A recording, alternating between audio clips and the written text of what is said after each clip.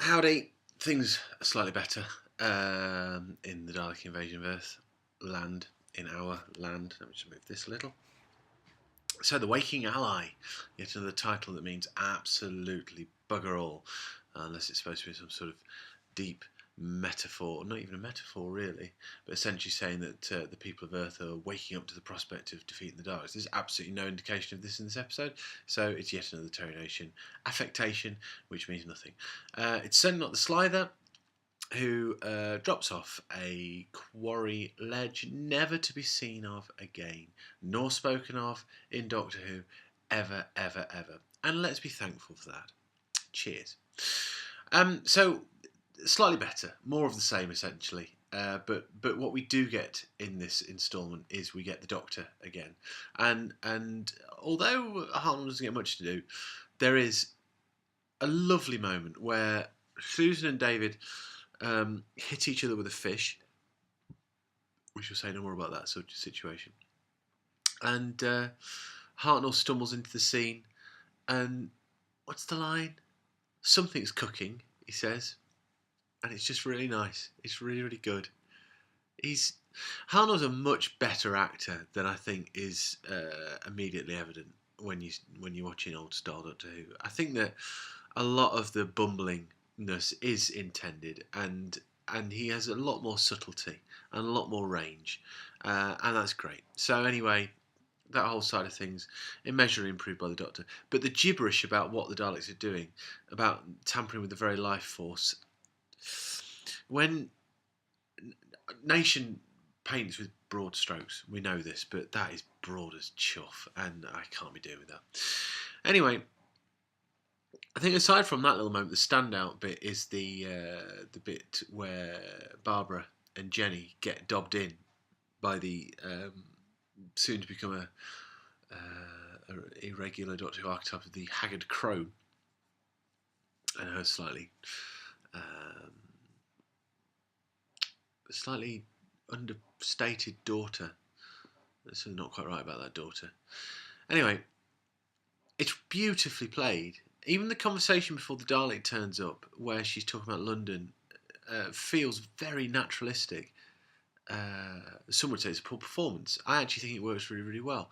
And the moment where the Dalek appears and Jenny goes for the woman, and Barbara just looks at her.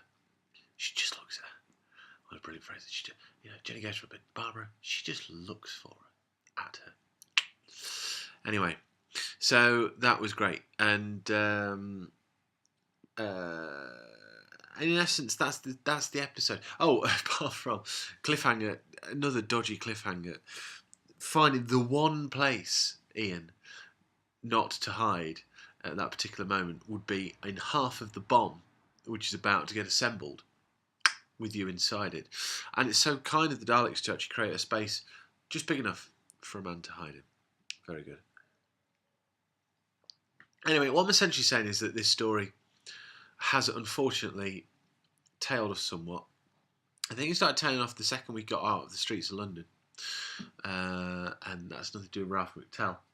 It's far more to do with the fact that we've lost a lot of the location shooting. That sort of sense of familiarity has been replaced with a sort of vague, generic, this is Englandness. And the more you say Bedfordshire, the less it means. And I think that when you're telling a story with such broad strokes at Terry Nation, does you need to have it rooted? I said earlier on, what makes this story work? Well, what makes this story work is the fact that you take this, to us now, and possibly then, no, not then, but certainly now, this mythological force, the Daleks. You take the Doctor out of the story and the Daleks don't work. But even with the Daleks in a story, what you need is something to root it. At this stage, Doctor Who's not formed enough for the Doctor himself to be that root. Hartnell brings so much more to this story than that. So much else to this story than that. So what you end up with is just the Daleks being this, this ill-defined coming at you, and when it is just in generic walking around England, it doesn't fit. But when it's in London, especially not those London landmarks, it does. It just feels it. There we go. And then of course you got the plan. which is gibberish. I don't need to go into that. If you want to know what the plan is, if you don't know what the plan is, why are you watching it? You're 5 minutes in. It's ridiculous. You've got to like Doctor Who to be watching this, surely. If you don't like Doctor Who, there's only two options. One, you're my mum. Hi, Mum.